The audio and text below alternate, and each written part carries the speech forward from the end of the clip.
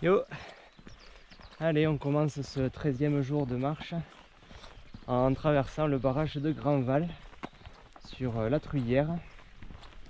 Donc du coup c'est une rivière en fait qui fait géographiquement un petit peu la limite entre les monts du Cantal que je laisse derrière moi et le plateau de l'Aubrac vers lequel on va monter aujourd'hui. Bon, le ciel est toujours gris, il bruine un petit peu, mais bon, en tout cas il fait pas de vent, il fait très doux, donc plutôt agréable pour marcher. Donc hier du coup j'étais en gîte, ça a fait du bien de voir du monde, de prendre un bon repas, dormir au chaud. Là c'est rigolo, je viens de croiser un gars qui faisait un gars super sympa là en road trip là. Il faisait un petit peu pareil, un peu un tour de France là. Il m'a vu, il s'est arrêté, on a discuté 5 minutes. C'est vrai que voilà, lui comme moi on est content de trouver des voyageurs, un petit peu des gens, des randonneurs ou des gens comme ça, parce que c'est vrai que je me répète mais il y a très peu de monde, même dans les villages et tout, donc voilà. Donc aujourd'hui le programme, voilà, maintenant qu'on traverse la Truyère, on va monter progressivement sur l'Aubrac.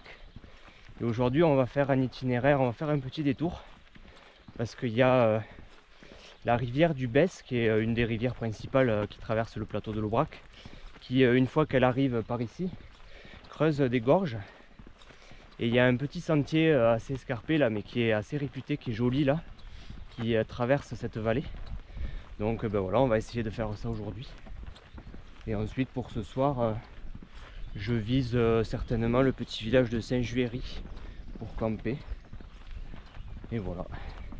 Voilà le programme un petit peu de la journée. En espérant que le ciel soit un petit peu plus clément qu'hier. Voilà, donc là, on a le lac de Grandval, tout à la retenue d'eau. Et l'autre côté, la vallée, beaucoup plus basse. Donc tout ça, c'est majoritairement des barrages hydroélectriques, parce qu'il y a des installations EDF là un peu partout autour. Et ça doit également servir, hein, bien sûr, à faire de la réserve d'eau pour l'été. Et là du coup, avec tout ce qu'il a plu, ça c'est bien rempli, donc c'est très bien. Allez, c'est parti, on va bientôt quitter la route, reprendre un sentier pour grimper l'autre côté. Allez, en piste.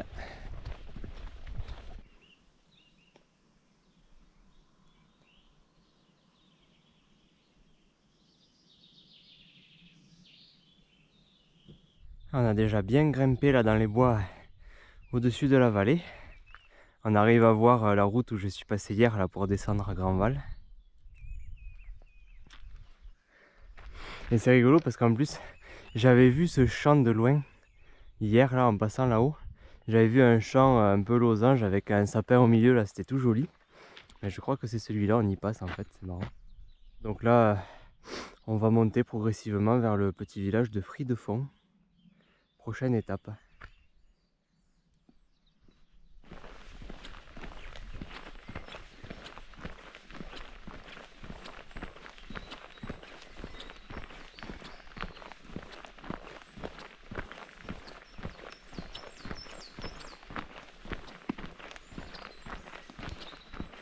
Au gîte là hier soir au repas, j'ai encore fait une rencontre improbable.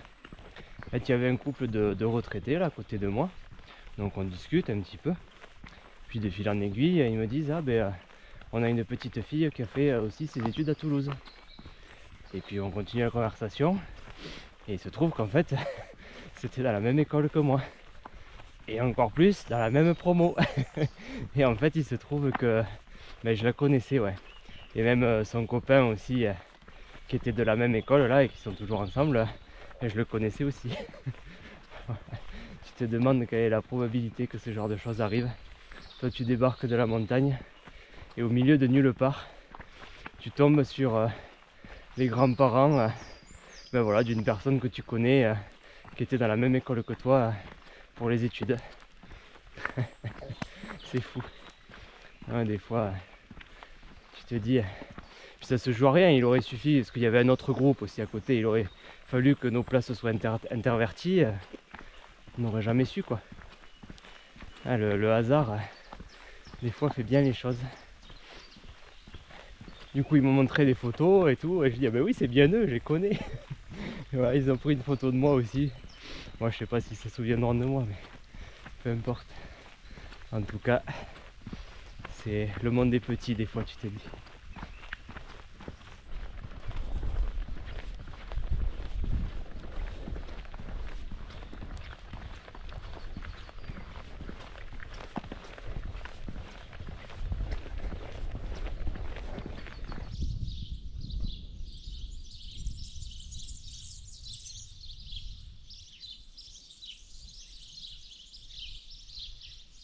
Allez, j'arrive au hameau de Barberange. Et du coup, j'ai récupéré un chien. Il m'a suivi depuis le village de Fridefond, pareil. Même histoire. Là, ça fait plusieurs kilomètres là qu'il me suit. Et par contre, il est fada. Il course tout ce qui bouge. J'avais même un peu peur là sur la route là parce qu'il y avait un passage sur la départementale là, il coursait les voitures et tout. Oh quoi. Ah, il est tout foufou là. Il est content là, c'est la balade du dimanche matin là. Bon, du coup, j'espère qu'il va revenir chez lui à un moment donné, quand même. Et là, il y a des ânes. Ils sont bien mignons.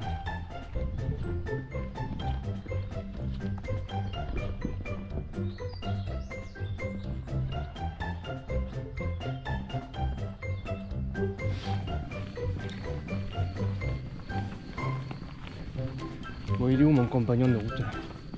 Il est encore allé faire le foufou là dans les étables. Allez, je te jure. Ah, c'est bon. La vache, elle lui a gueulé dessus, ça lui a suffi, c'est bon. Allez, viens là toi. Couillon.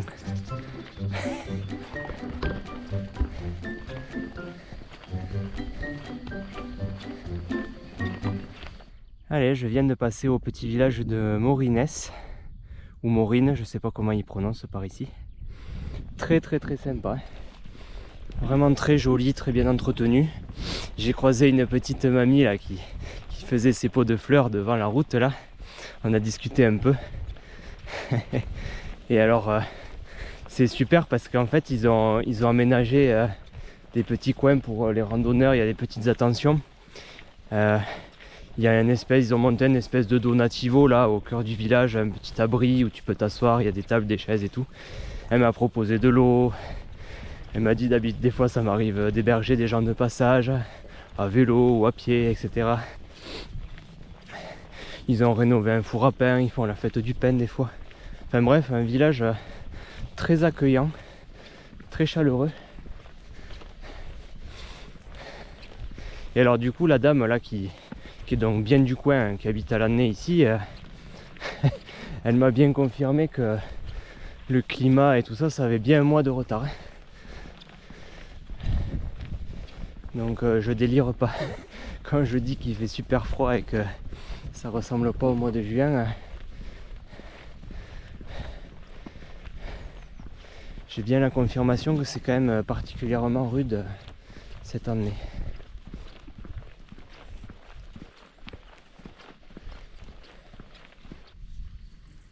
Allez, me voici au petit hameau de Morsange.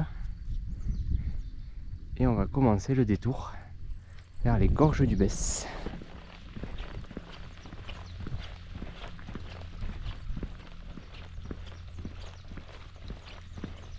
C'est fou, il y a même des robinets d'eau potable. Ça, c'est une joie, vous pouvez pas savoir. Voilà, en ce moment on manque pas d'eau, hein, c'est pas le souci, mais tu passes ici en plein été, tu vois ça, je peux te dire que c'est luxe. Alors, on descend progressivement sur la vallée du Besse. C'est super beau là. Et là-bas je pense que là où il y a les rayons de pluie là, c'est la confluence avec la Truyère. Le barrage de Grandval en fait a fait remonter le niveau de l'eau du Besse en fait jusque dans sa vallée. On voit en bas là.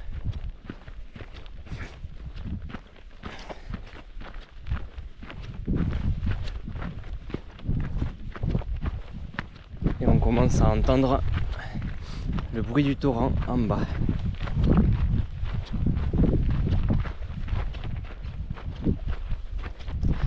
Bon, le temps est toujours mi-figue, mi-raisin.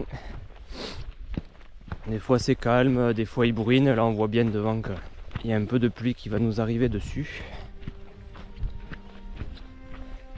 Donc bon, espérons qu'il pleuve pas trop là sur le sentier escarpé.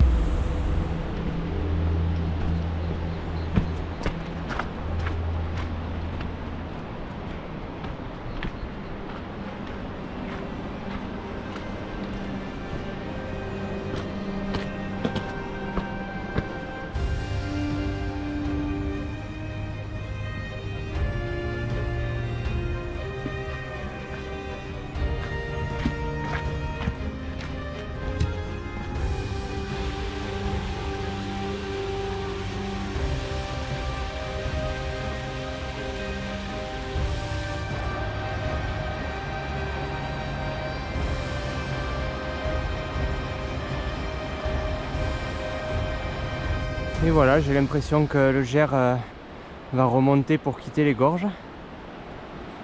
C'était vraiment un chouette itinéraire, très joli. Avec beaucoup de sites d'escalade là pour ceux qui aiment ça. Donc là ouais, on va remonter progressivement. Et on aura fini notre petit détour.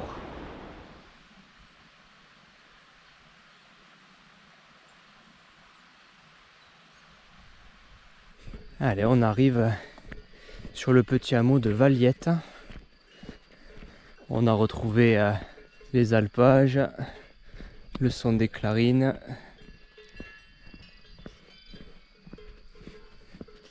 Et on va descendre tranquillement sur Saint-Juéry, où je vais m'arrêter ce soir. Il est pas tard encore, mais bon. Normalement, j'ai suffisamment avancé pour atteindre Nasbinals demain, donc voilà, je pense que je vais m'arrêter là. On a eu un brin de soleil tout à l'heure là, quand j'ai fait la pause repas. Ça fait du bien, mais c'est encore timide. Mais bon, il a fait simplement quelques bruines là de temps en temps, donc rien de bien méchant comparé à hier.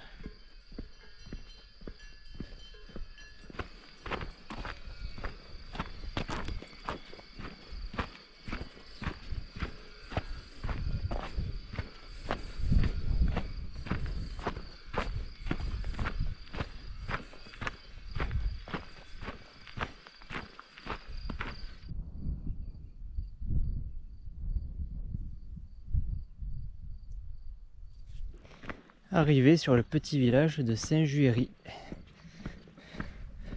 Ça s'est bien levé là, le ciel, ça fait plaisir. Ouais, on a un petit peu de soleil. Et donc ben voilà, il reste plus qu'à trouver un petit endroit sympa pour monter le camp.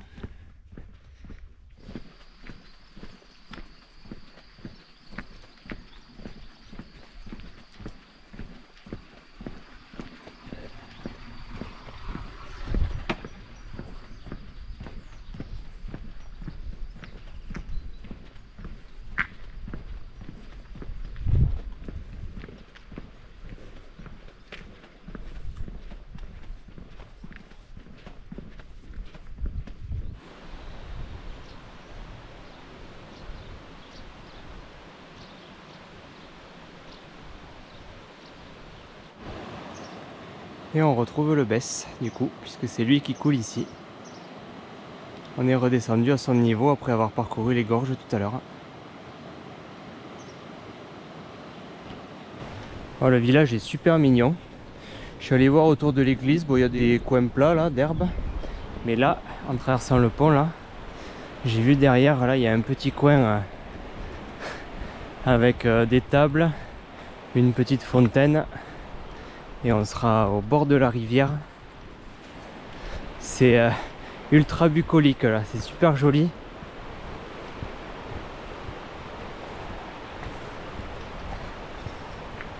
Puis bon, on a la vue sur le vieux pont, l'église derrière et le Besse qui coule devant là. C'est quand même super chouette. Donc je pense que je vais m'installer ici pour la nuit. Allez, on va monter le camp. Allez, fin de journée dans le petit village de Saint-Juéry. Donc j'ai monté le camp là, dans ce petit coin tranquille. Et du coup, ouais, il y a une super vue là. On est au bord de la rivière. Et voilà, une super vue sur le pont et l'église. Bon, ce sera un petit peu bruyant avec l'eau, mais bon, c'est joli aussi quand même. Donc voici le Besse qui creuse ses gorges après là qu'on a vu aujourd'hui. C'est la rivière principale de l'Aubrac qui traverse le plateau. Et on va aller en fait quasiment à sa source dans les prochains jours quand on aura dépassé Nasbinals, vers le signal de maillot bio, tout ça. Ce sera notre fil conducteur des prochains jours. Et voilà, voilà le camp pour ce soir.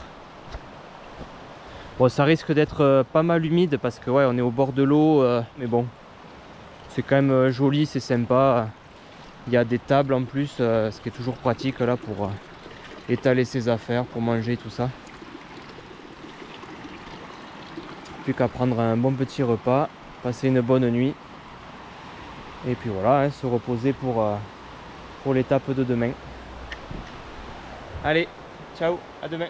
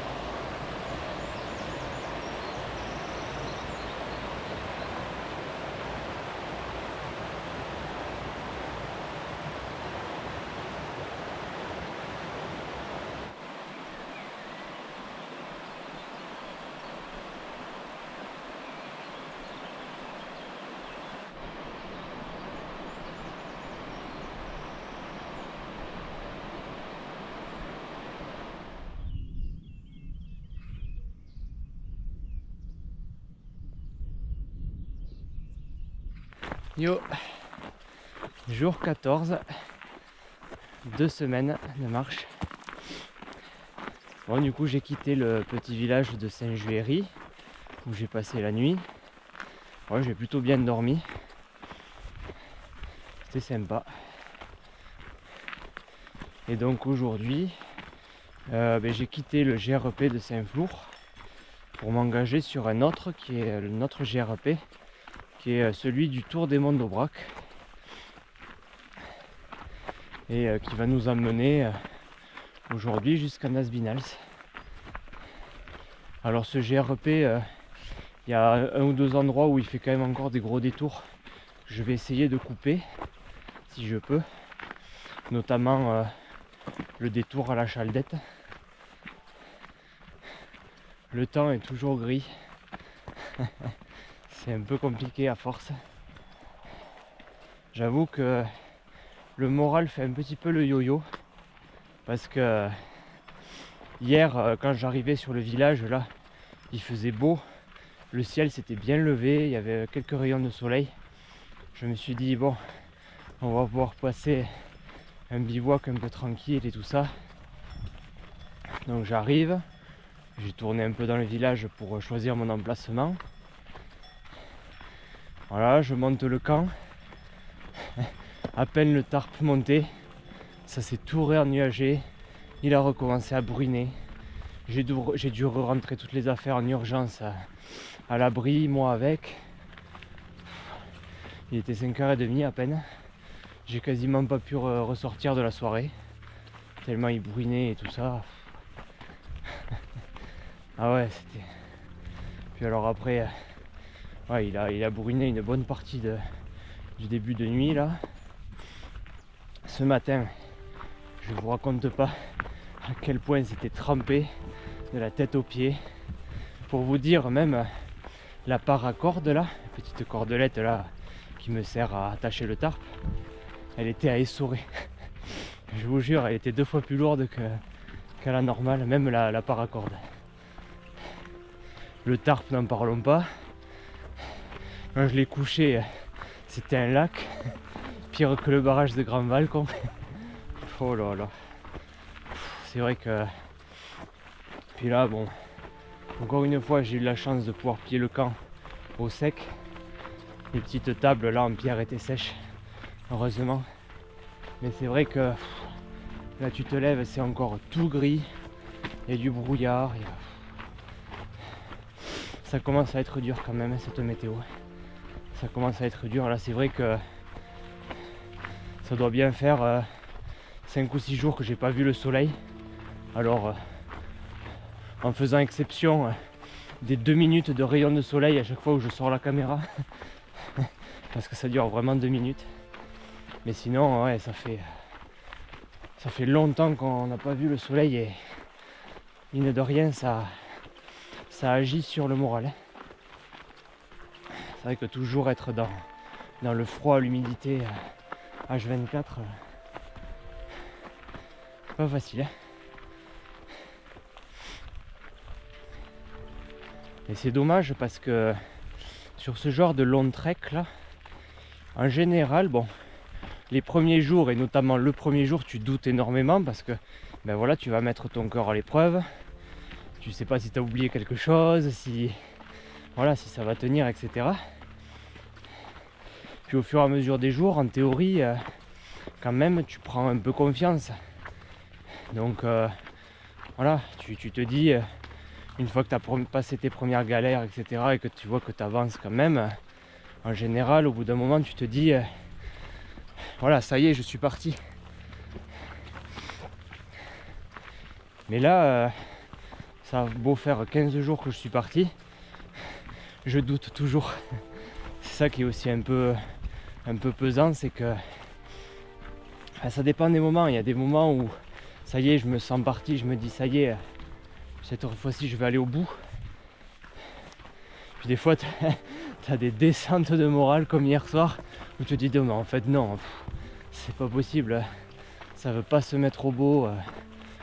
C'est un énième bivouac ultra humide sous le gris. Et là tu te dis mais non, mais c'est pas possible, je vais pas faire toute ma traversée comme ça.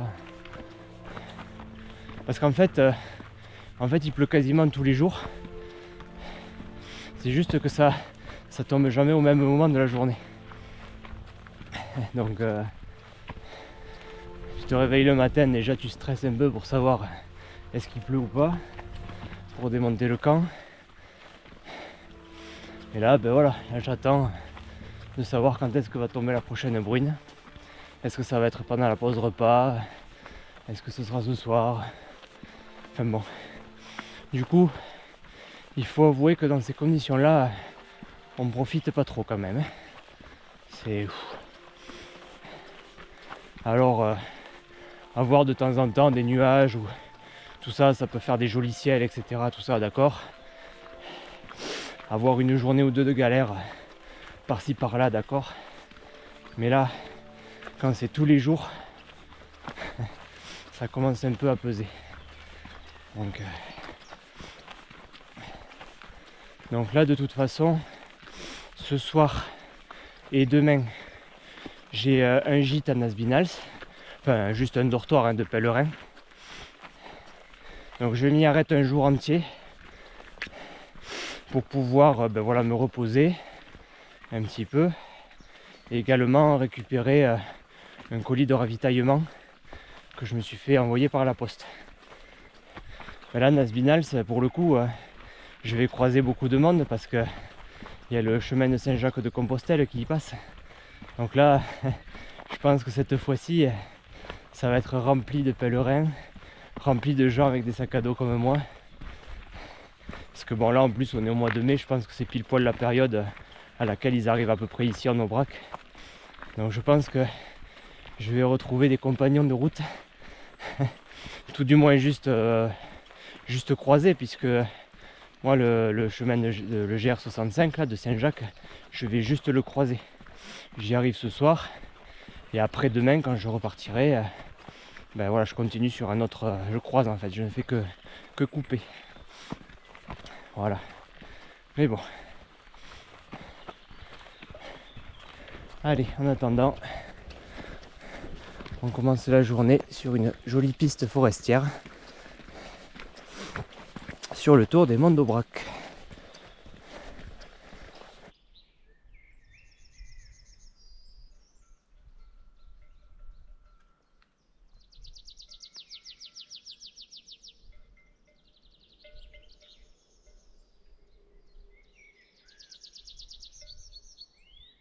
Donc oui, par rapport au ravitaillement, quand on part en expédition comme ça, un petit peu en itinérance, ça peut être pratique des fois si vous n'avez pas une personne qui peut venir à votre rencontre de temps en temps. Ça peut être intéressant, voilà, de pouvoir s'envoyer du matériel. Donc ça peut être, dans mon cas, c'est les cartes papier de la section suivante. Ça peut être, je sais pas moi, des petites pochettes de nourriture lyophilisée si vous en utilisez, parce que ça c'est introuvable sur le chemin. Ça peut être un petit peu de linge propre, enfin voilà, un petit peu tout ce genre de petit matériel qui peut être bien de renouveler au cours de la rando. Et donc il y a un service de la poste qui est intéressant pour ça, qui s'appelle la poste restante.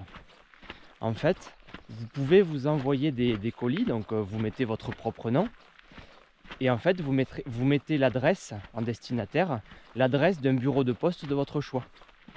Et vous précisez sur l'étiquette poste restante.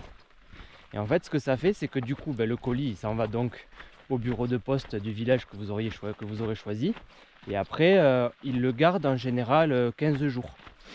Voilà, au moins 15 jours normalement. Et donc comme ça, en fait, après, quand vous passez au fameux village, vous allez à la poste et vous récupérez votre colis. Et en même temps, vous pouvez renvoyer des choses dont vous ne vous servez pas.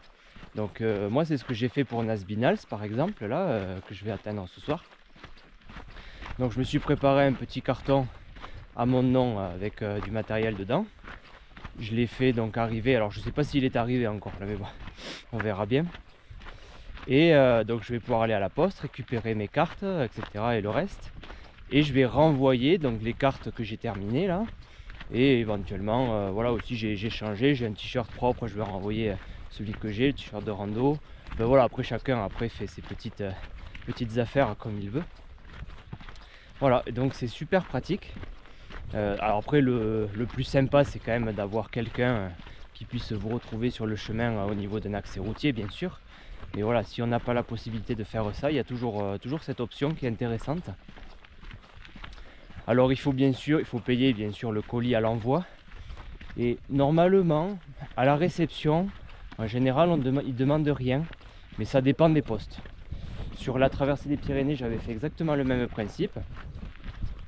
Et bon, des fois, voilà, il suffit de montrer son identité, on récupère le truc et ciao. Des fois, ils demandent quelques euros en plus. Bon, ça dépend des postes. Voilà, c'est une petite astuce que je voulais partager, qui n'est pas forcément très connue et qui peut être bien pratique, voilà, pour faire de l'itinérance. Alors, il faut bien sûr, quand on part sur plusieurs mois, vu qu'il ne le garde que 15 jours, il faut quand même quelqu'un pour les envoyer au fur et à mesure. Donc voilà, cette personne, voilà, il faut l'appeler voilà, quelques jours avant, en disant bon ben ça y est, tu peux faire partir le colis numéro 2 à telle destination par exemple.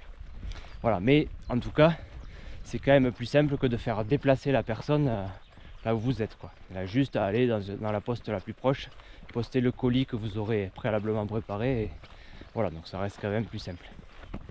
Et bien sûr, si votre rando elle dure moins de 15 jours, là vous êtes autonome, hein, vous pouvez tout poster juste avant de partir et puis voilà.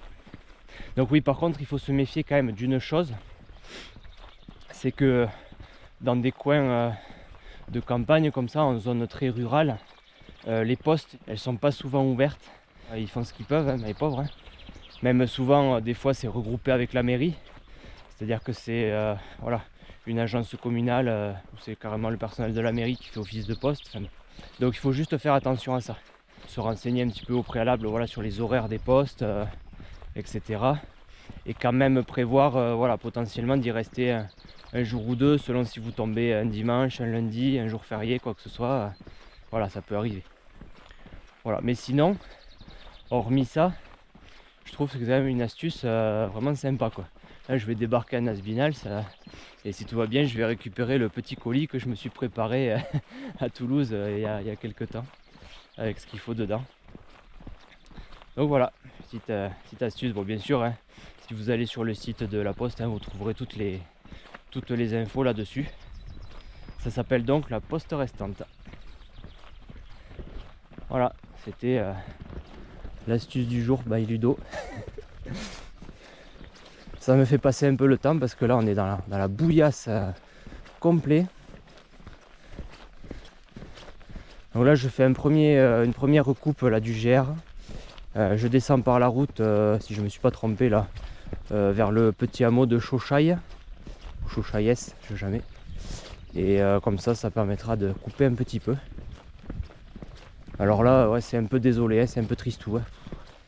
Il y a du brouillard partout. Il n'y a pas grand monde, enfin personne même.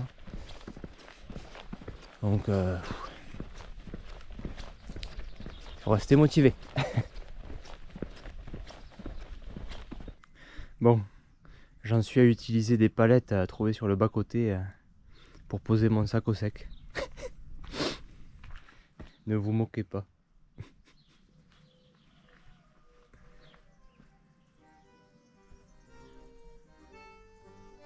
Allez, j'ai récupéré le GRP. Là, c'est vraiment, encore une fois, la traversée du désert. Avec ce brouillard là, c'est... Il n'y a pas un chat. C'est spécial. Et donc là, ouais, bientôt, je vais faire une deuxième coupe là du GR. C'est la plus importante. Donc j'espère que ça va passer. Ça permet d'éviter en fait tout le détour qui passe par la Chaldette, qui est ultra long, hein, ça doit faire je sais pas combien de bornes ça rajoute. Donc là on va essayer de faire un tout droit par les pistes et les chemins en passant au petit hameau du Sel. Voilà, c'est le plan. Allez, on continue sous le brouillard.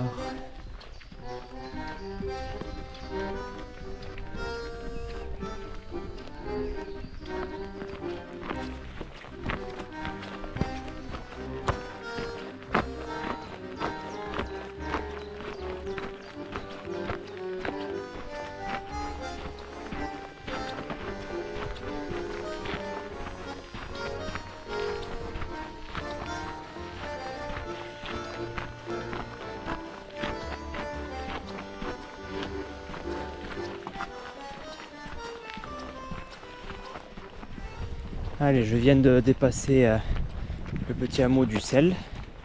Et là, du coup, je reprends une route qui va me conduire au petit hameau de Brion, en prochaine étape. Ça s'appelle pareil que celui du Césalier, là, où je retrouverai donc le tour des Monts d'Aubrac là, que j'ai coupé.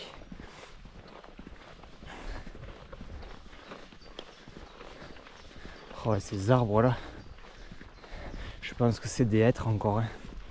Je suis pas sûr, mais si, ouais, je pense. Vous avez vu un peu l'envergure de la forêt là? Ça doit être que des arbres centenaires. Ça fait une barrière verte. C'est impressionnant. Je sais pas si on se rend bien compte de la hauteur des arbres là. Mais wow. Ça c'est de la forêt.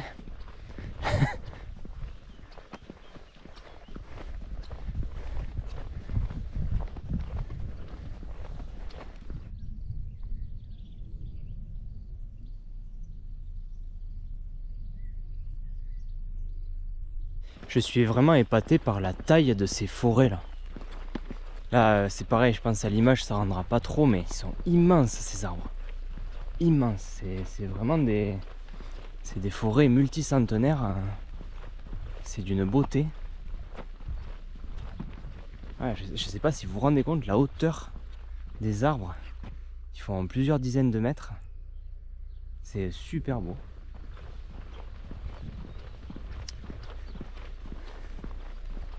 Les anciennes bornes, c'est joli aussi. Allez, et du coup, j'arrive au hameau de Brion.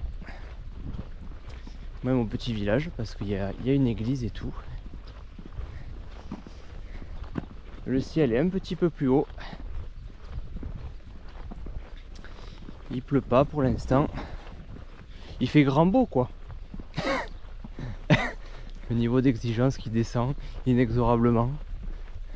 Là on est content là. À partir du moment où il brûle pas et qu'on voit à 500 mètres, il fait beau. Du coup c'est bien parce que là je suis en train de finir la coupe là du GR. Il n'y a eu aucun souci, c'était que des pistes ouvertes. Donc c'est top. Et ça m'aura quand même économisé quelques bornes.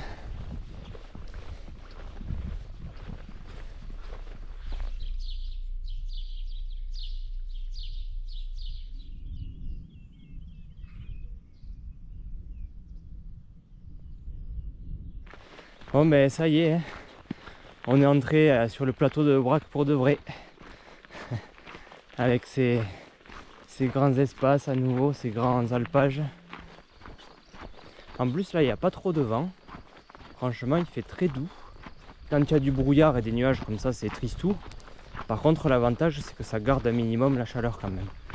Il fait quand même moins froid que si jamais hier soir, après justement une journée grise, ça s'était dégagé d'un coup le soir, il aurait fait bien plus froid. Quand il fait nuit claire, il fait toujours beaucoup plus froid. Après ça se réchauffe aussi beaucoup plus vite s'il y a le soleil bien sûr, mais quand il y a une couverture nuageuse comme ça, ça a tendance à réguler un petit peu la température et notamment le matin il fait moins froid.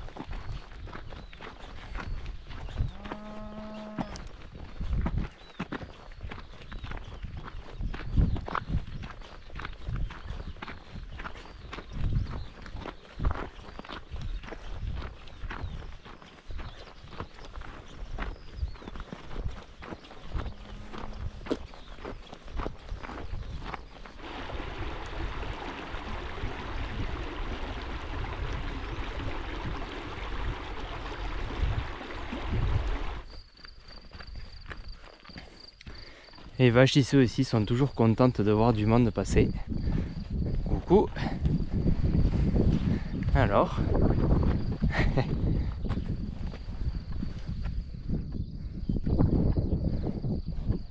Vous êtes bien là?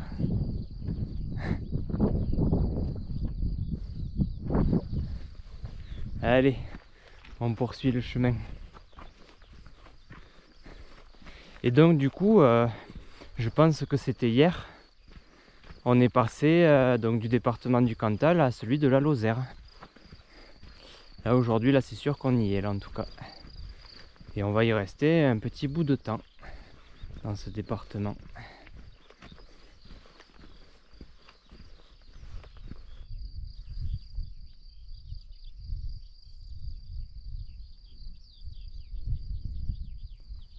Moi, je me dirige vers le petit hameau d'Escudières. Et là il y a des super beaux champs remplis de narcisses. C'est tout blanc partout sous le long là.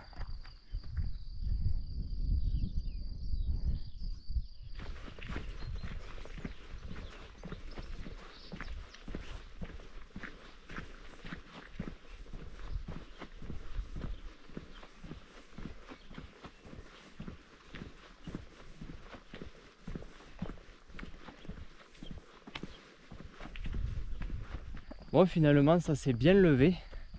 J'ai eu peur de prendre l'averse là tout à l'heure après le repas, mais ça a l'air de se dégager plus franchement. En tout cas, on n'a jamais eu autant de ciel bleu. Ça fait plaisir là par rapport à la bouillasse de ce matin. Donc du coup là je vais pas faire la dernière recoupe là du GRP. Là je vais suivre l'itinéraire balisé classique. C'est pas très long. J'ai le temps et il fait beau, donc je vais profiter un petit peu.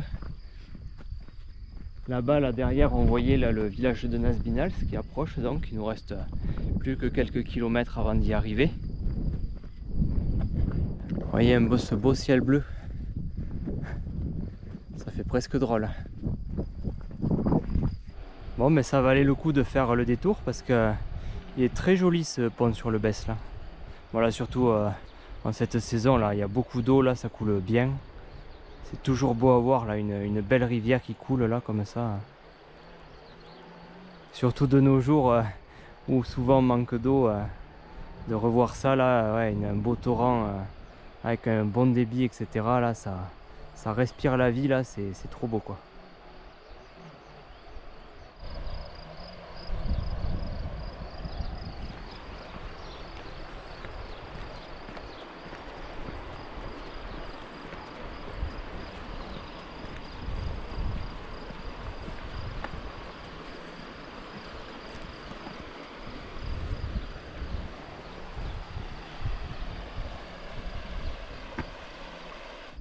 J'ai profité pour faire une pause là dans un carré d'herbe là, bien exposé au soleil pour faire sécher les affaires. Il y en avait bien besoin ce matin.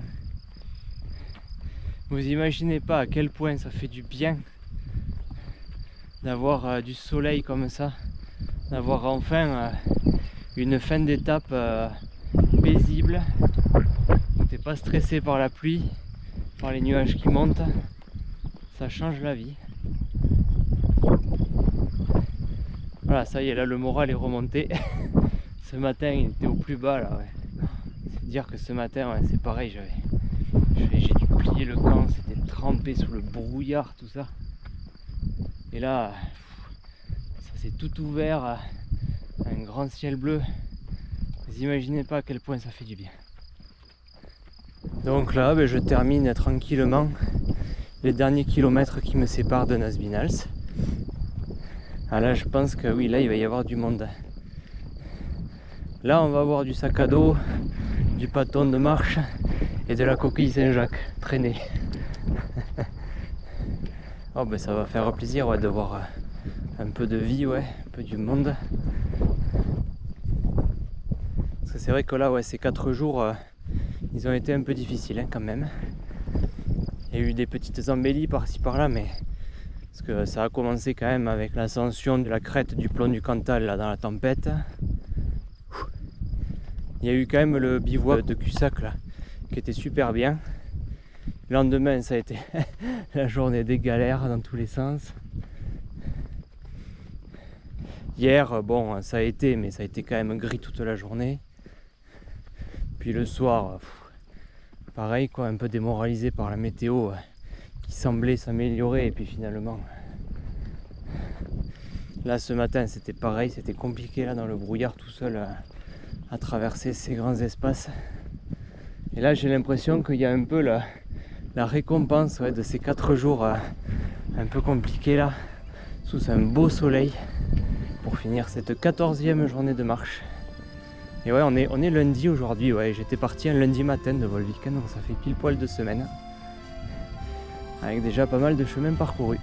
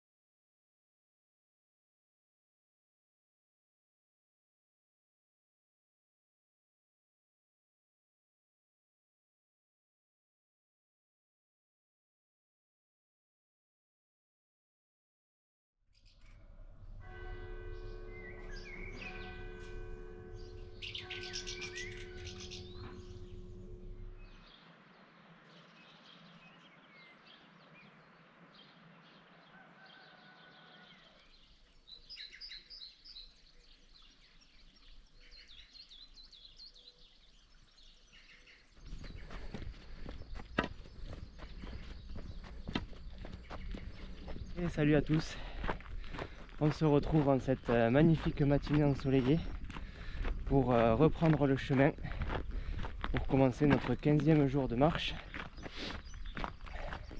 Donc hier du coup j'étais en pause à Nasvinal, ça m'a fait du bien, j'ai rencontré du monde, j'ai pu récupérer mon petit colis de ravitaillement, renvoyer ce que j'avais plus besoin, voilà, ravitailler un petit peu pour les prochains jours.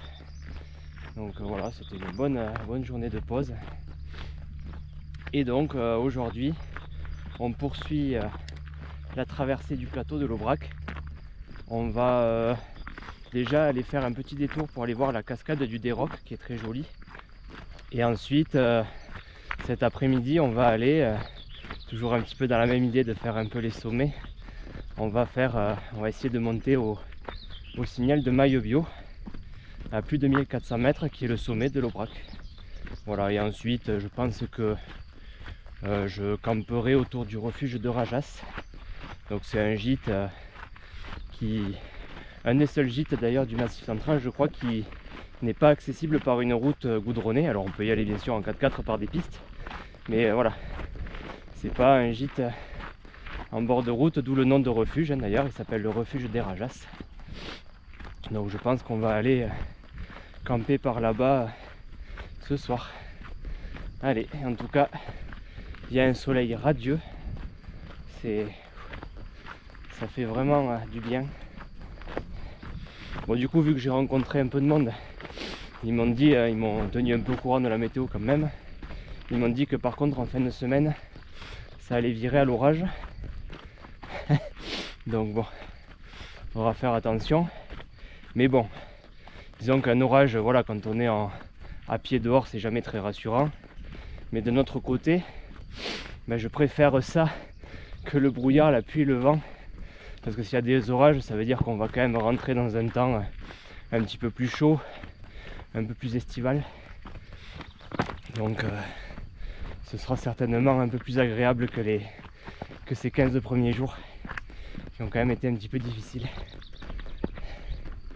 Voilà le programme de la journée.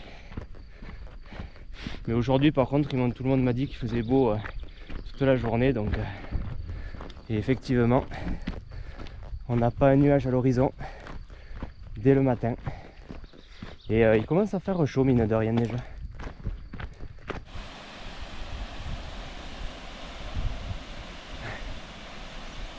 Et voici la cascade du Déroc. C'est absolument magnifique, hein. T'as un petit ruisseau dans l'alpage là, tout tranquille, qui coule dans les herbes là. Puis d'un coup t'as une faille rocheuse avec une super jolie cascade au milieu.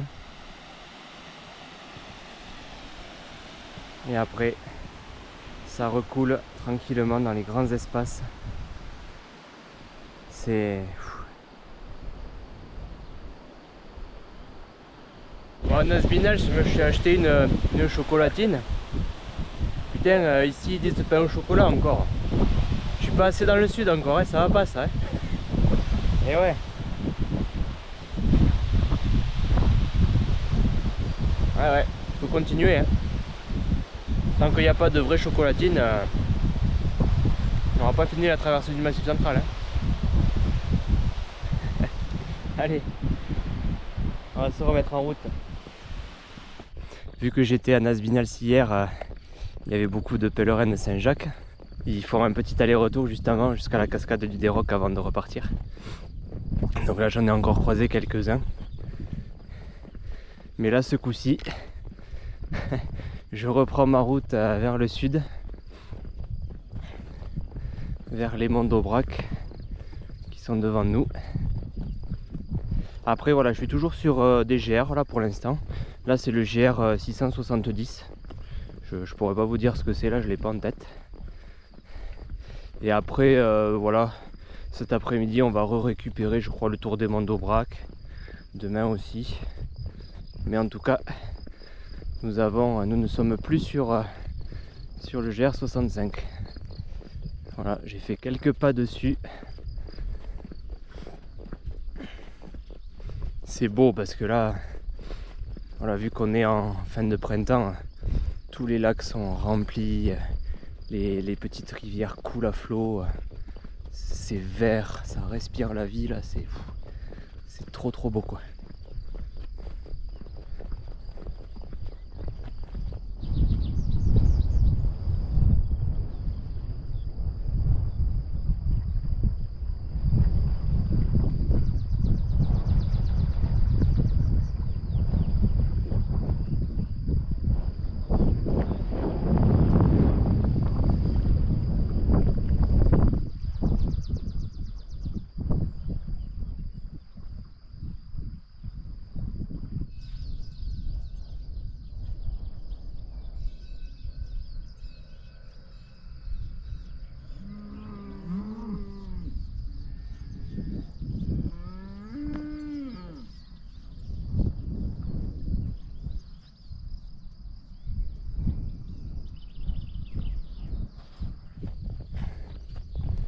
Et B, il n'y a personne sur la rocade ce matin.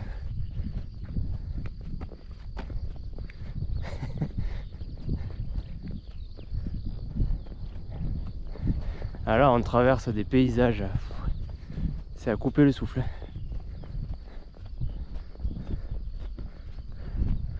Avec ce beau ciel en plus,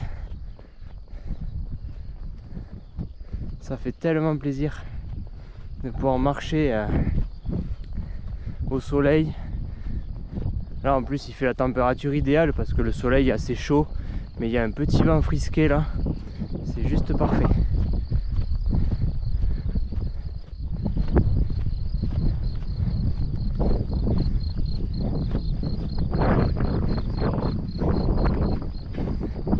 Donc là on arrive bientôt en fait au bout du plateau de l'Aubrac, avant en fait que ça ne redescende sur la vallée du Lot par des petites vallées escarpées là qui s'appellent les Boraldes. Donc nous là, une fois qu'on sera un petit peu au bout du plateau, et bien on va bifurquer vers la gauche pour aller vers le signal de Maillebio.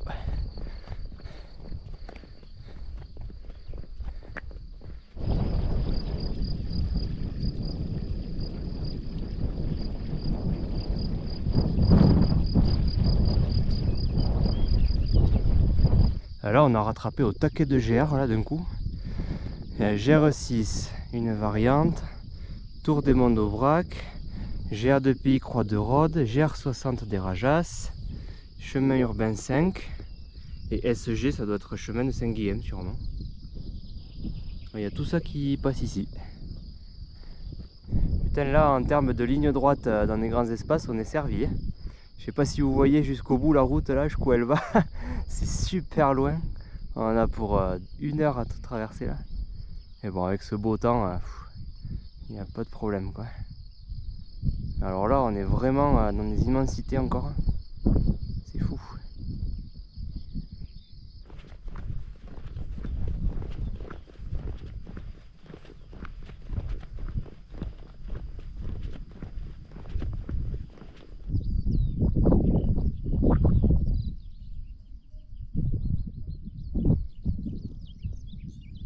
Regardez-moi ces paysages un peu, par ce beau temps.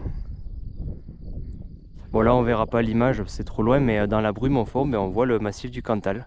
On voit le plomb du Cantal où on était il y a 4 ou 5 jours maintenant, sous la tempête. Et maintenant il est à l'horizon.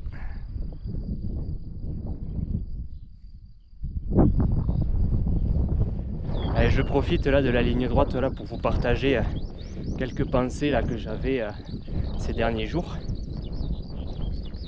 Alors les 2 premières semaines de marche là de cette traversée, elles ont quand même été assez difficiles parce que en plus d'avoir un climat assez rude, je me suis souvent plaint un peu de la solitude. Je rouspétais parce qu'il n'y avait personne, il n'y avait pas de randonneurs, encore moins de randonneurs itinérants, tout ça. Et là donc hier j'ai fait une pause au petit village de Nazminals où passe le chemin de Saint-Jacques-de-Compostelle, le fameux GR65. Où là c'est un peu tout l'inverse parce qu'il y a beaucoup de pèlerins, il y a une bonne ambiance et tout, etc. Et du coup, ça m'a fait prendre conscience de quelque chose qui pourrait se résumer au dicton suivant. Ce serait: la difficulté n'est pas de marcher seul, c'est d'être le seul à faire ce chemin. Alors je m'explique. Je me suis rendu compte que c'est pas vraiment le fait de marcher seul au premier sens du terme qui est difficile. Alors marcher seul au sens, voilà, il n'y a personne devant, il n'y a personne derrière, il n'y a personne avec moi. Donc voilà, on marche en étant isolé. En fait, c'est pas tant ça qui est difficile parce que finalement, voilà, on baigne quand même dans quelque chose de vivant. Il y a la faune, la flore, le ciel, tous les éléments naturels qui s'enchaînent. Donc c'est pas tant ça. C'est plutôt effectivement le fait de se dire qu'on est le seul à effectuer cet itinéraire-là. Alors, je ne suis pas le premier à faire une traversée du Massif central, bien évidemment. Mais disons que comme il n'y a aucun GR unique qui le fait, il n'y a aucun topo guide, il n'y a aucune documentation là-dessus, il y a quand même, je pense, très peu de personnes qui le font. Et j'ai aucune idée, mais bon, ça se trouve, il y a 10 personnes ou 50 personnes qui le font par an peut-être. Donc c'est rien comparé à Compostelle. Donc la probabilité de croiser quelqu'un qui fait la même chose que moi, elle est quasi nulle. Et donc on peut considérer, enfin à ma petite échelle, autour de moi on va dire, on peut considérer que je suis le seul à faire ce chemin, pour simplifier. Et en fait c'est ça qui est dur. C'est ça qui est dur parce que si on fait le parallèle, un pèlerin de Compostelle en fait qui marcherait seul sur le GR65, donc pareil, seul au premier sens du terme, il ne se sentirait pas seul. Pourquoi ? Parce qu'il sait pertinemment que devant lui, il y a des dizaines de pèlerins qui le précèdent. Derrière, il y a des dizaines de pèlerins qui le suivent, qui vont fouler les mêmes sentiers que lui. Et il sait même au-delà de ça, qu'il y a des centaines de personnes, voire des milliers, qui à cet instant-là parcourent ce même chemin avec cette même envie voilà, de faire une marche un peu spirituelle, ce désir de pèlerinage sur une longue distance, etc. Donc en fait, tu ne te sens pas seul. Voilà, c'est vraiment là que la nuance se joue, je pense, et non pas à être physiquement seul à un endroit donné. Parce qu'effectivement, moi, j'ai pas du tout ça. J'ai pas du tout cette notion de dire, ben voilà, je fais partie en fait d'un train de pèlerins quelque part qui ont ce même itinéraire en fait. Moi, j'ai pas du tout ça, et c'est ça qui est dur en fait. Voilà, c'était ça là où je voulais en venir. Et donc bon, là je comparais voilà, 2 randonneurs, on va dire solitaires, sur un chemin ou l'autre, mais je parle même pas, évidemment, sur le chemin de Saint-Jacques, de toutes les rencontres que l'on peut faire, toutes les relations qui se tissent, les amitiés qui se lient, etc. Enfin, je l'ai vu, tous les gens qui ont fait ça le racontent, et c'est bien sûr vrai. Et juste en ayant croisé voilà, un village étape de Saint-Jacques hier, je l'ai vu de mes propres yeux en fait. Les pèlerins ils arrivent, et puis paf, au détour d'une rue, ils aperçoivent des gens qu'ils connaissent là, qui boivent un coup au bar. Ah ben ils y vont, ah salut et tout, ça fait 3 jours qu'on ne s'est pas vu, machin, et t'étais où alors, ça s'est bien passé, etc. Enfin, il y a toute une bonne ambiance, il y a tout un, enfin comment dire, voilà, un élan de solidarité entre des gens, etc. Tout ça, enfin ça n'a rien à voir. Figurez-vous que en fait ça va plus loin que ça. Bon, grâce à la technologie c'est bien aussi.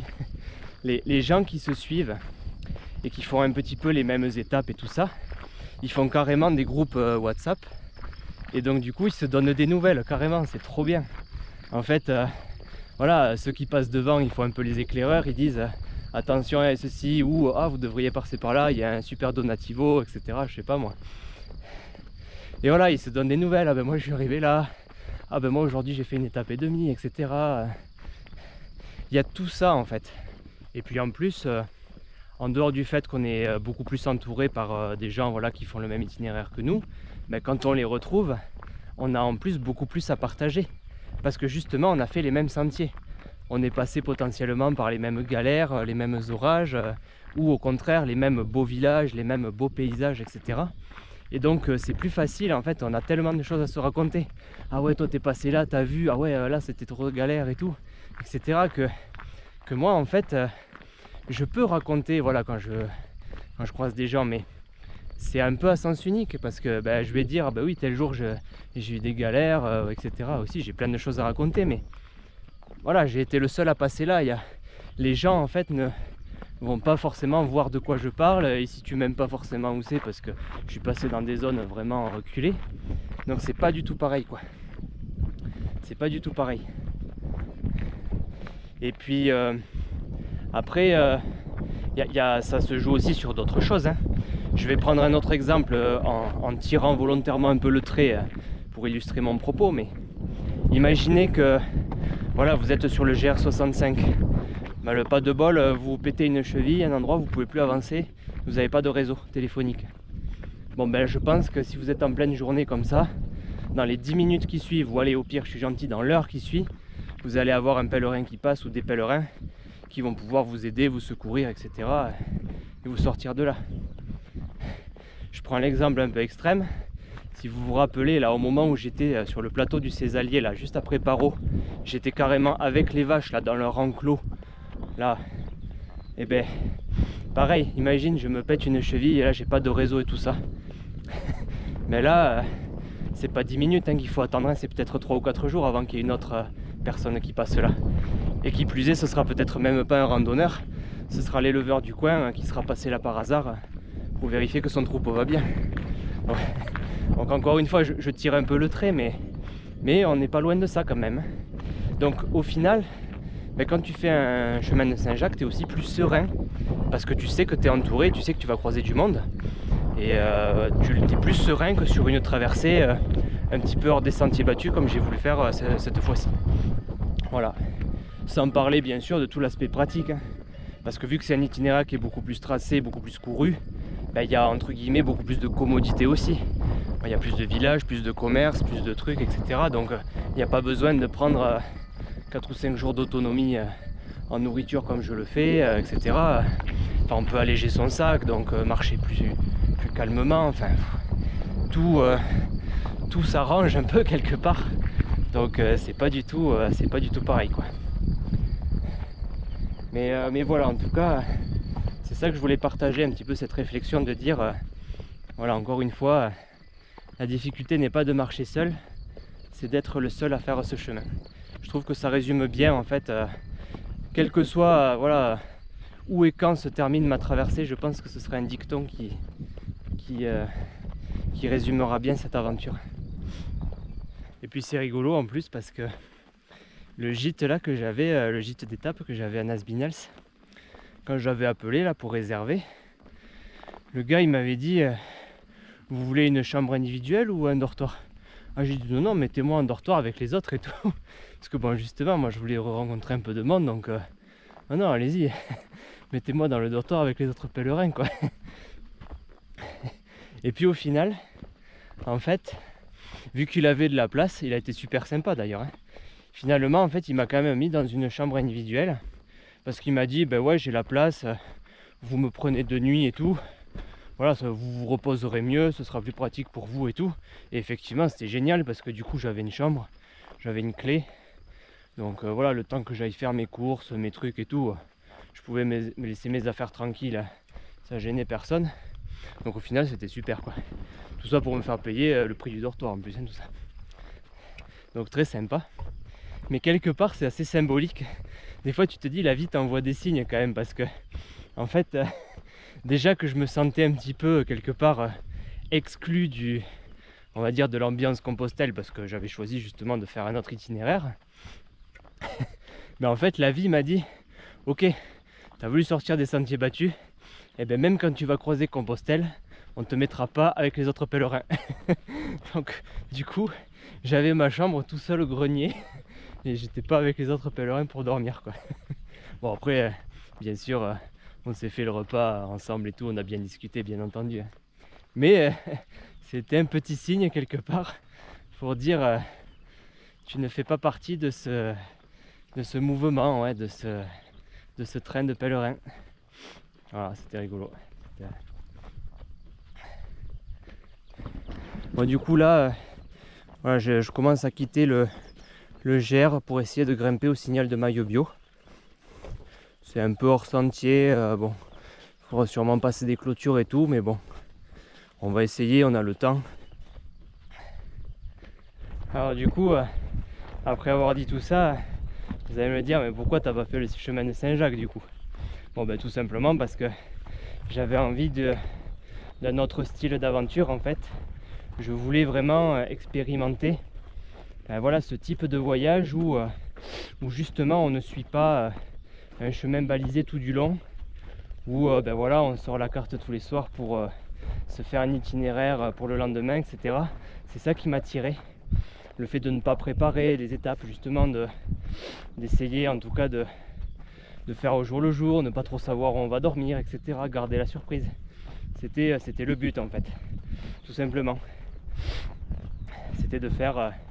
En plus, c'est pas évident finalement aujourd'hui, il y a tellement de GR partout qui parcourent la France.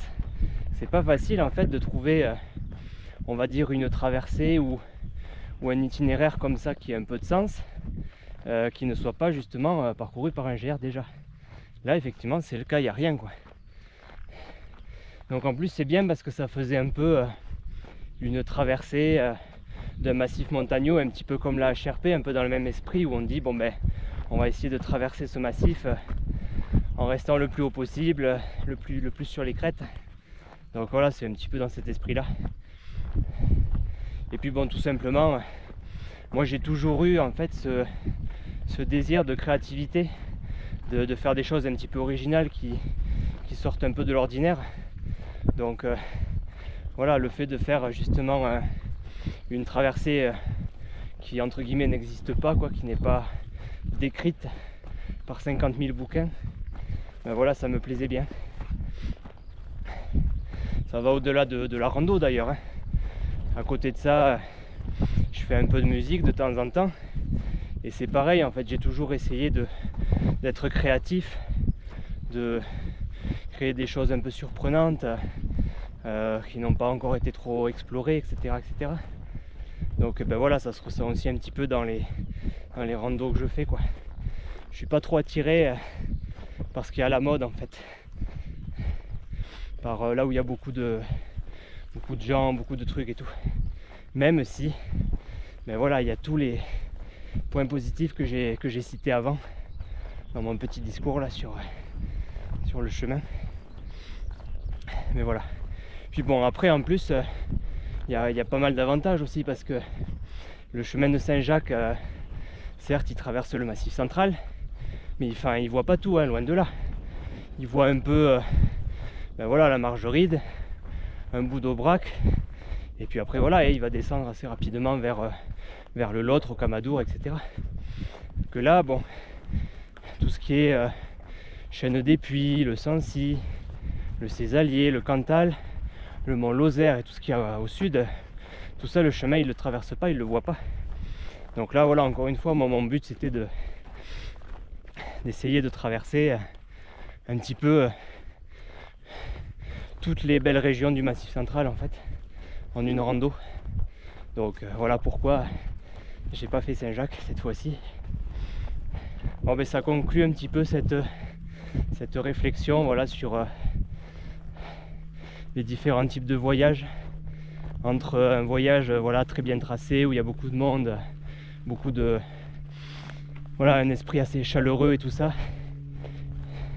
et ben voilà, une traversée un petit peu plus hors des sentiers battus, plus libre, avec moins de foule, mais un petit peu plus dans la solitude aussi. Voilà. Et bien là, j'arrive, je pense, bientôt au sommet du signal de Maillot-Bio. Ouais, ça y est, la table d'orientation est là-bas. Allez, super. Ça y est, nous voici sur le toit de l'Aubrac. Alors, la vue là, c'est dégagé à 360. Et je vous montrerai après. Et c'est trop beau là. Surtout avec ce ciel bleu. On a vraiment de la chance là.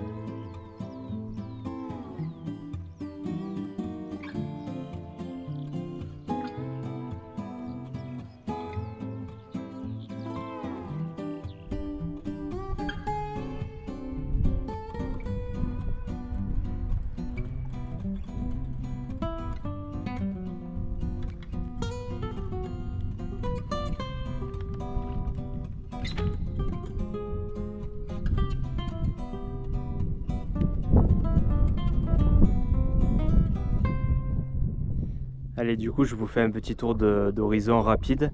Bon, on verra pas beaucoup parce que c'est très loin et la lumière est pas si belle que ça, c'est assez pâle. Donc là, devant nous, c'est d'où on vient en fait. Tout au bout, il y a les monts du Cantal. On est censé voir, d'après la table d'orientation, le massif du Sancy, le Césalier, mais bon, là, c'est trop brumeux pour qu'on voit. Ensuite, si on regarde plutôt par là-bas vers le nord-est, on a le massif de la Margeride, avec à sa pointe sud le truc de Fortugnaux. Ensuite, on a la montagne du Goulet et le fameux mont Lozère, voilà, vers lequel on va se diriger dans les prochains jours et semaines. Donc là, on est vers l'est, globalement. Et si on va plus vers le sud-est, on a toutes les Cévennes, au bout, avec le Montégoal au son sommet. Et devant, il y a tous les cosses, notamment le Causse Méjean, Sauveterre et tout ça. Et dans le creux en bas, c'est la vallée du Lot. Et ensuite, vers le sud, c'est tout ce qui est l'Aveyron, etc., la région de Rodez, tout ça. Il n'y a pas de haute montagne, on va dire, dans cette direction-là. Et on a fait globalement le tour. En fait, là, depuis le début, là, depuis Volvic jusqu'à ici, on avait une direction assez claire vers le sud. Et là, maintenant, en fait, vers le sud, ça descend beaucoup, il n'y a plus trop de montagnes. Donc on va abandonner cette direction pour aller même un peu à l'opposé. En fait, on va repiquer vers le nord-est, vers justement le truc de Fortugnaux, là, que l'on voit au fond. En gros, récupérer la pointe sud de la Margeride, pour pouvoir ensuite reprendre une direction sud en passant par le mont Lozère, qui est quand même assez incontournable, puis les Cévennes, etc., etc. Le but n'est pas de faire Clermont-Toulouse par l'itinéraire le plus direct. Le but est de faire une traversée du Massif central en ralliant les plus jolis coins, les plus hauts massifs, etc. Donc là en fait voilà, le relief en fait nous oblige à faire un détour vers l'est pour récupérer les plus hautes crêtes et les endroits les plus sympas. Et donc là en fait pour aujourd'hui je vais pas aller beaucoup plus loin, hein. Je vais descendre au refuge des Rajas pour y camper. Et pourquoi pas y prendre un repas du soir, voilà, si c'est ouvert, si ils ont de la place. Mais voilà, aujourd'hui j'avais vraiment envie de profiter de ce ciel bleu, profiter de ce beau sommet avec une très très belle vue. Voilà, c'est ça aussi l'avantage, hein. Je me suis libéré suffisamment de temps pour que ce soit pas la course. Voilà, s'il y a des endroits comme ça où j'ai envie de profiter quelques heures et m'y poser, je le fais. Je suis pas pressé par le temps. Aujourd'hui ce sera une petite journée, mais au moins j'aurai bien profité de ce magnifique ciel bleu. Le premier depuis ces 15 jours de traversée.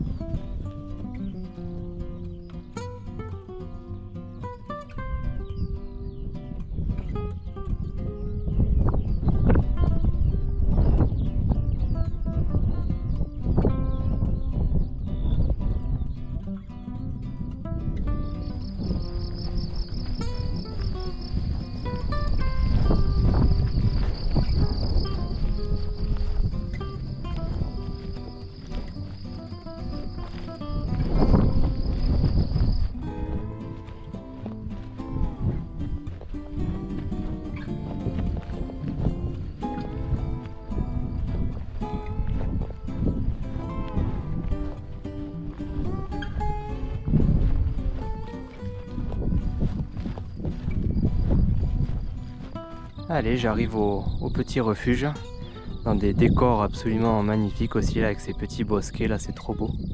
Et du coup, là, au refuge, là, le petit torrent qui coule, ce n'est autre que le Besse, qu'on a suivi un petit peu ces derniers jours, en commençant par les gorges, là, l'autre jour. Donc on aura suivi presque de la confluence à la source, au signal de maillot bio. Allez, on va aller rejoindre le petit refuge et s'installer pour la nuit. Et puis je vous dis à demain.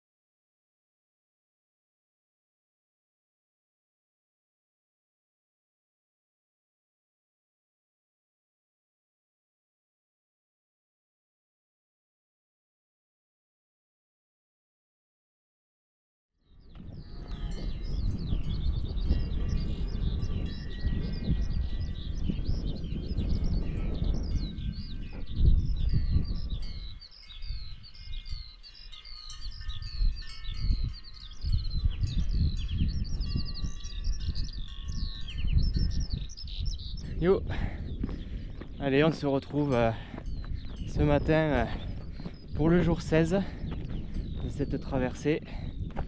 Donc là j'ai quitté le refuge des Rajas où j'ai campé. C'était super agréable, il faisait super beau hier là, donc il faisait bon, la nuit a été douce. En plus c'était ouvert, donc j'ai pu prendre le repas du soir. Voilà, c'était bien bon, bien sympa avec les autres randonneurs qui étaient là. Donc aujourd'hui on va commencer notre changement de cap temporaire vers l'est, comme j'expliquais hier. Et donc on va quand même aujourd'hui majoritairement suivre encore le tour des monts d'Aubrac, jusqu'à quelques kilomètres après le village de Saint-Laurent-de-Muret. Et ensuite on va vraiment bifurquer, on va quitter le GR.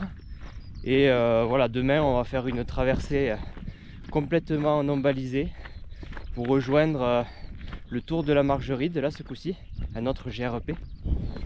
Mais entre les deux, il n'y a absolument rien. Donc ça va être vraiment une traversée improvisée dans les petites routes de campagne. Donc voilà un peu, voilà, ce soir j'ai pas de plan, donc de toute façon vu que je vais quitter le GR, il n'y aura certainement pas de gîte ni rien, donc ce soir on va certainement camper dans un village. Et voilà, on a donc retraversé le Besse là juste en dessous du refuge une dernière fois, tout juste en aval de sa source. Et voilà, on va donc quitter le plateau de l'Aubrac.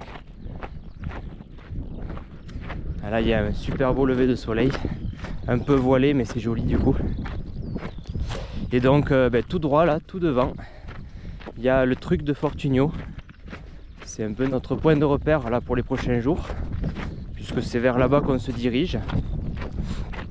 Pour l'instant il fait beau, c'est un peu plus voilé, donc ça pourrait peut-être annoncer un changement de temps. Mais bon, on verra, c'est pour ça que là je suis parti bientôt. Ce qui était bien, c'est que le petit déjeuner était en gestion libre là ce matin, donc c'est génial en fait, ils préparent tout, tu as tout à disposition dans la salle commune en bas, donc tu peux y venir, faire ton petit déj à l'heure que tu souhaites et partir quand tu veux. Donc ça c'est super.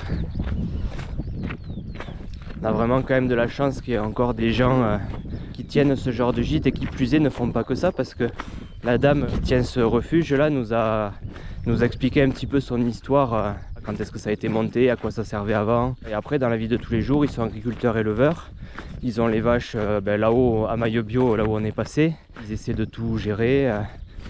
Puis en plus c'est tout local du coup, hein, la viande est locale, les pommes de terre sont de leur jardin, enfin bon c'est super quoi, c'est vraiment admirable qu'il y ait encore des gens voilà, qui continuent de vivre ici et de faire vivre ces belles zones rurales et qui puissent accueillir les randonneurs de passage aussi bien. Donc un grand merci au refuge des Rajas. Du coup j'ai bien fait de m'y arrêter même si j'ai pas fait beaucoup de kilomètres hier. Là aujourd'hui, si la météo le permet, je vais essayer d'avancer un petit peu plus.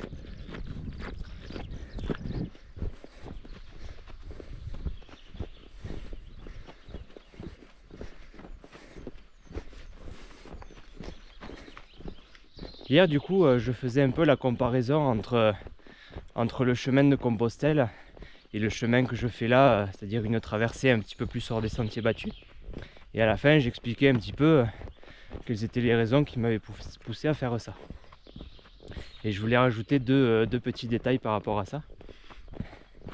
Il y a une chose en fait qui est super cool, en tout cas moi j'aimais beaucoup l'idée, c'est que comme je suis de Toulouse en fait, là j'ai vraiment pour projet de rentrer chez moi à pied. C'est à dire que là dans mon sac j'ai les clés, je les entends d'ailleurs depuis le début, elles font gling gling là dans le sac. Et voilà, du coup j'aimais beaucoup en fait ce concept de dire on part de chez soi, on ferme la porte, on prend un train pour aller péter au milieu de la France là clairement, et véritablement on rentre chez soi à pied. Bon, en tout cas c'est l'objectif. Moi j'aimais beaucoup cette idée, ouais. Et parce qu'effectivement si j'arrive sur la pointe sud du Massif central dans la montagne noire, là sur la ville de Revel, là pour ceux qui connaissent, bon après on n'est plus très loin de Toulouse, et ce d'autant plus qu'il y a une variante du chemin de Saint-Jacques-de-Compostelle qui y mène en fait, qui fait Revel-Toulouse. Donc voilà, c'est pas mal quoi. Que si j'avais fait Compostelle et qu'une fois arrivé dans le Tarn-et-Garonne j'avais bifurqué pour rentrer à Toulouse, ça aurait eu quand même beaucoup moins de sens quoi. Donc voilà, ça c'était un petit point que je voulais rajouter. Et ensuite donc du coup la deuxième raison là qui m'a beaucoup inspiré, si vous regardez des vidéos de rando, vous devez connaître voilà, Céleste Grant de la chaîne Bunker Sauvage. C'est un gars super bien, hyper inspirant. Il fait des très belles randos avec des super images, des super vidéos qui montent en plus au jour le jour sur le chemin. Enfin bref, c'est assez formidable ce qu'il fait. Et alors du coup, c'est pas lui qui m'a donné envie et là du jour au lendemain d'aller ouvrir la porte et sortir, etc. Tout ça, hein, ça me date d'il y a bien longtemps, les treks et tout ça, les bivouacs. Par contre, en 2022, quand moi je préparais ma traversée des Pyrénées justement, il a fait voilà, le chemin de Stevenson avec un âne. C'était une super belle aventure, il avait fait des super belles images. Et à la fin, une fois arrivé à Saint-Jean-du-Gard, en fait il s'est dit putain mais en fait c'est trop bien, j'ai pas envie d'arrêter. Et donc à partir de là il s'est démerdé, il a trouvé un autre âne, il a trouvé l'équipement, les sacoches pour pouvoir le bâter et l'équiper. Et il s'est dit allez maintenant j'ai envie de continuer à traverser le sud de la France pour aller jusqu'à Lourdes.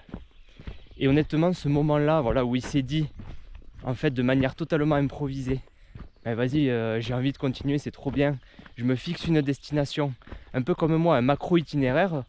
Et voilà, il savait qu'il allait par exemple rejoindre la variante de Saint-Jacques, la voie d'Arles, pour après la suivre globalement. Il savait qu'il allait repiquer à Toulouse, etc. Donc il avait un plan grossier. Mais après par contre, voilà, de jour en jour, il improvisait complètement, de village en village, à camper voilà, là où il pouvait, etc. Alors moi évidemment, j'en suis pas du tout à ce niveau-là, parce que je fais encore des gîtes et tout, je débute, c'est la première fois que je pars avec un tarp et tout ça, donc voilà, on fait chacun bien sûr à son niveau, mais en tout cas dans l'esprit c'est ça que ça m'a beaucoup inspiré. Et vraiment voilà, ce moment où il s'est dit non mais allez, je m'en fous, je sais pas comment ça va se passer mais je continue, c'était trop bien. On attendait chaque vidéo avec impatience pour savoir un petit peu voilà, qu'est-ce qu'il avait décidé de prendre comme itinéraire, voilà, où est-ce qu'il était passé, les rencontres qu'il avait faites et tout. Et ça m'a beaucoup inspiré, et donc c'est pour ça que j'ai essayé un petit peu de m'en approcher entre guillemets. Voilà, je voulais tester un peu ce mode de voyage là où voilà, on a juste un tarp et puis on essaye d'avancer de village en village sans préparer d'étapes, au jour le jour, un petit peu improvisé. Donc voilà, moi c'est ce que j'essaye de faire sur des petites durées de 2-3 jours, comme là par exemple ce soir. Voilà, je sais pas du tout où je vais dormir en fait, mais je le fais pas sur tout un périple encore. Mais cette aventure là de Céleste m'a beaucoup inspiré à faire cette traversée là. Et voilà, si vous aimez un petit peu la rando en itinérance, etc., je vous conseille vraiment d'aller voir cette aventure qu'il a appelée Le Messager. C'est vraiment une série de vidéos exceptionnelles qui vont vraiment vous donner envie de parcourir les chemins à l'improviste comme ça.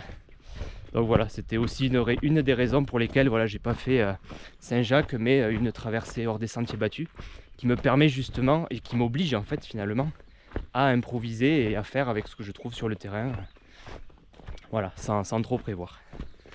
Voilà, voilou. Et là on entame une belle descente assez escarpée qui prouve que l'on quitte le plateau.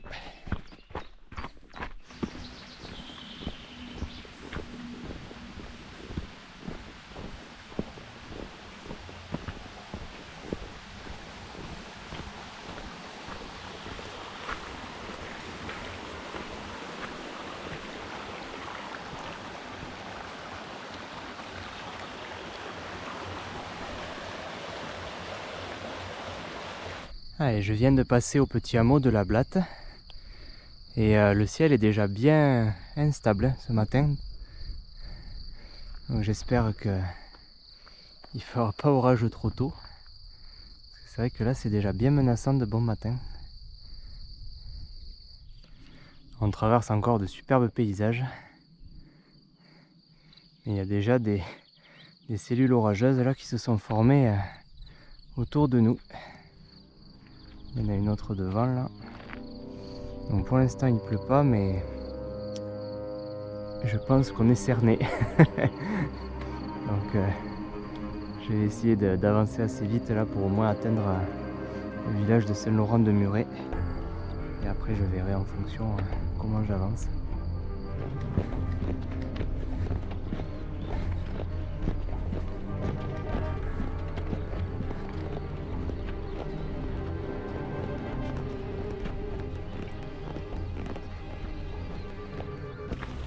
Bon le répit de beau temps aura été de courte durée. Finalement le nuage a fini par me rattraper et j'ai pris l'averse là, il commence à pleuvoir. Bon. Il fait pas orage encore, c'est juste une averse, mais bon. Mais j'ai eu de la chance parce que je voyais le nuage me courser derrière là. Du coup j'ai pressé le pas parce que j'étais sur des plateaux là un peu exposés, donc j'avais pas envie d'être sous l'orage là-haut là. Et il a commencé à pleuvoir pile poil, j'arrivais dans la forêt là. Donc j'ai pu m'équiper voilà, au sec, parce que les forêts là bien épaisses en fait, sur les premières gouttes là, les premières minutes d'averse, ça te protège, ça fait un écran naturel. Après bien sûr ça finit par goûter aussi, mais ça fait un parapluie naturel génial. Donc j'ai pu m'équiper avant que ça tombe fort. Donc voilà. Ah, cette année la météo pas facile. Et heureusement que je suis parti tôt, parce que du coup j'ai pu marcher voilà 2-3 heures au sec au moins là. Bon après voilà, ça risque d'être des averses. Là déjà il pleut un peu moins. Donc bon, on verra. Donc là j'arrive bientôt sur le petit village de Saint-Laurent-de-Muret. Ah ben ça y est, ça tonne. Voilà, le premier coup de tonnerre de la traversée en live. Donc là ouais, j'arrive au petit village. Donc je pense que je vais quand même m'abriter pour observer un peu le ciel. Essayer de voir dans quelle direction ça va et tout ça. Et après on va essayer d'avancer par petits tronçons entre les villages, voilà, pour éviter les orages.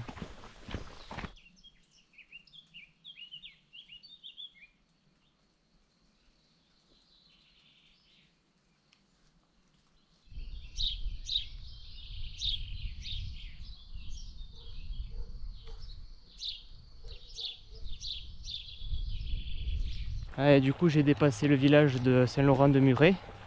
Je m'y suis pas trop arrêté parce que là, comme vous pouvez voir derrière, et là il y a du ciel bleu. Donc je pense qu'on va avoir une petite fenêtre là pour passer. Bon là il pleut encore parce que on est sur un bord de nuages. Et il y a le vent qui nous ramène les rayons de pluie sur nous. Parce qu'au dessus c'est tout bleu. Mais bon, ça va bien se calmer là, ça se calme un peu. Et voilà, je vais quitter le GR du Tour des Monts d'Aubrac là du coup. Et je vais descendre là, voilà, cette route là vers le village du Buisson.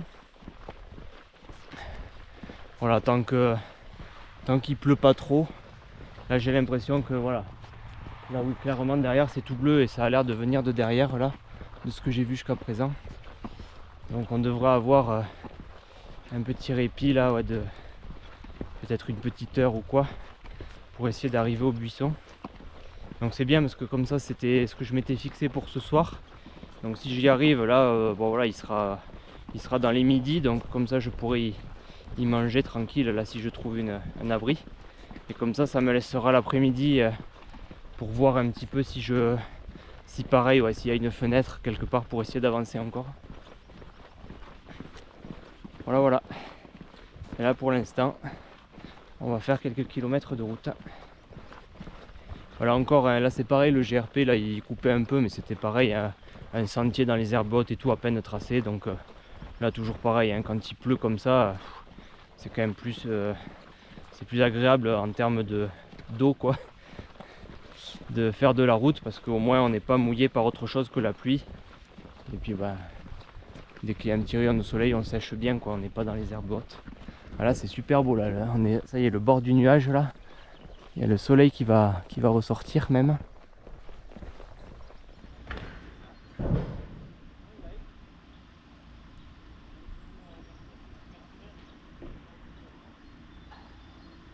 Allez, je quitte le petit village du Buisson où j'ai pris le repas de midi assez vite là pour profiter, ouais, du beau soleil là. Mais il fait tellement lourd que je pense que ça va repéter cet après-midi. Donc du coup voilà, je profite là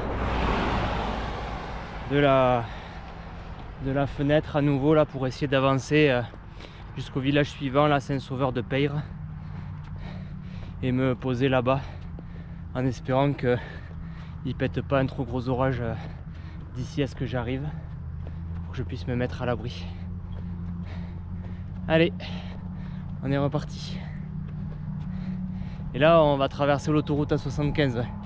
Changement d'ambiance par rapport au chemin.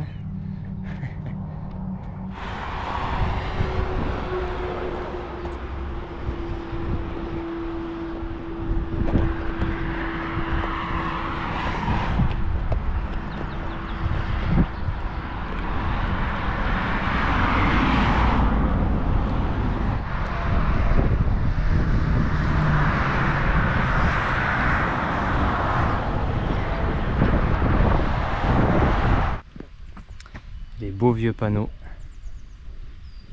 Ça avait quand même plus de style hein, à l'époque.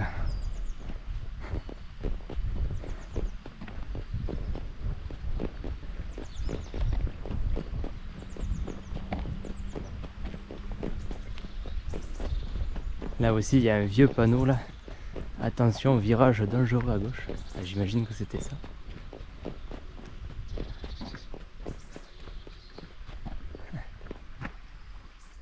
Bon mais ça y est, hein, du coup je suis en plein dans ma traversée complètement non balisée là, entre les deux GR. Donc effectivement il n'y a pas grand monde. Alors là je risque pas de croiser de randonneurs, hein, ça c'est sûr. Et j'ai de la chance là parce que au niveau des orages c'est la mi-temps. Là il y a, depuis le buisson là, il y a un grand ciel bleu jusque très loin.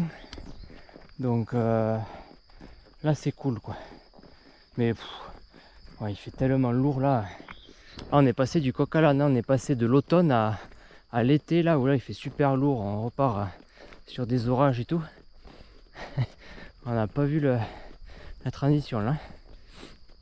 Mais du coup j'essaie de bien avancer là. Si je pouvais atteindre le village et monter mon camp avant qu'il ne repleuve, ce serait top parce que là avec ce soleil du coup ça va sécher l'herbe et tout. Donc ça permettrait de monter le camp au sec. Mais bon là en tout cas il va pas pleuvoir dans les 10 prochaines minutes, ça c'est sûr. Là on est tranquille. Mais après c'est vrai que le temps change tellement vite que on ne sait jamais. Donc on avance.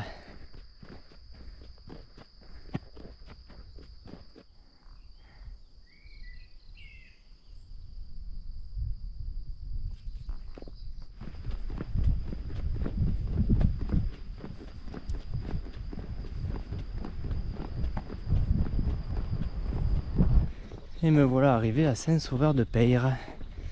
Encore sous le soleil, je suis content. J'ai pressé un peu le pas. Mais ça se joue pas grand chose parce que il y a déjà à nouveau des nuages un peu convectifs derrière là. Donc je pense qu'on n'a pas tant de temps que ça avant qu'il repleuve. Bon, c'est cool, j'ai croisé un villageois là. Il m'a dit qu'il y avait un point d'eau a priori là au centre du village. Et il m'a dit que au pire, si je trouvais pas de coin où m'installer près de l'église, il y avait une salle des fêtes avec un carré d'herbe là un peu plus bas. Donc ben voilà, je vais tourner un petit peu dans le village et voir où je peux m'installer pour la nuit. Bon ben ça y est, le camp est monté. Donc finalement j'ai suivi le conseil du villageois que j'ai trouvé tout à l'heure parce qu'effectivement autour de l'église il y avait absolument aucun emplacement, il n'y avait pas d'herbe du tout. Donc je suis descendu ben voilà, vers la salle des fêtes là comme il m'avait conseillé. Et puis ben voilà, il y a un petit parc je pense public avec ce petit carré d'herbe là derrière la salle des fêtes qui est nickel. Donc voilà, bon la salle des fêtes elle est toute fermée donc je pense que je dérangerai pas ici. Et voilà, je me suis mis sous un arbre là bien touffu là pour me protéger de la pluie ou de la grêle s'il en fait un petit peu. J'ai profité aussi de l'arbre là pour arrimer un petit peu mieux le tarp à l'arrière là. Parce que a priori ouais, de ce que j'ai vu aujourd'hui, voilà, les nuages ils viennent de là. Alors, pour l'instant ça n'a pas pété encore, ouais, c'est diffus. Il y a des gros nuages menaçants comme là, mais bon, voilà, c'est pas franc pour l'instant. Mais en tout cas voilà, si ça vient toujours de là, voilà, j'ai mis la porte du tarp à l'opposé, j'ai bien arrimé de ce côté là, parce qu'il y a du vent. Et après bon ben voilà, je refermerai un petit peu plus la porte si jamais il pleut bien ce soir. Donc fin de journée paisible. J'ai eu de la chance parce que du coup voilà, j'ai pu même refaire sécher mes affaires là au soleil tout à l'heure là, qui était encore un petit peu mouillé là du camp de ce matin. Et on est prêt du coup pour une nouvelle nuit en espérant qu'il ne fasse pas non plus un trop gros orage ce soir. Et voilà, donc ben, je vous retrouve demain pour la suite de l'aventure. Demain où on va donc se diriger vers la ville de Rietor de Randon. Toujours à travers les petites routes de campagne non balisées. Et par contre demain on retrouvera le GRP du Tour de la Margeride. Voilà, donc on sera à nouveau un peu plus dans des rails de randonneurs on va dire. Et voilà. Donc allez, je vous dis à demain. Ciao.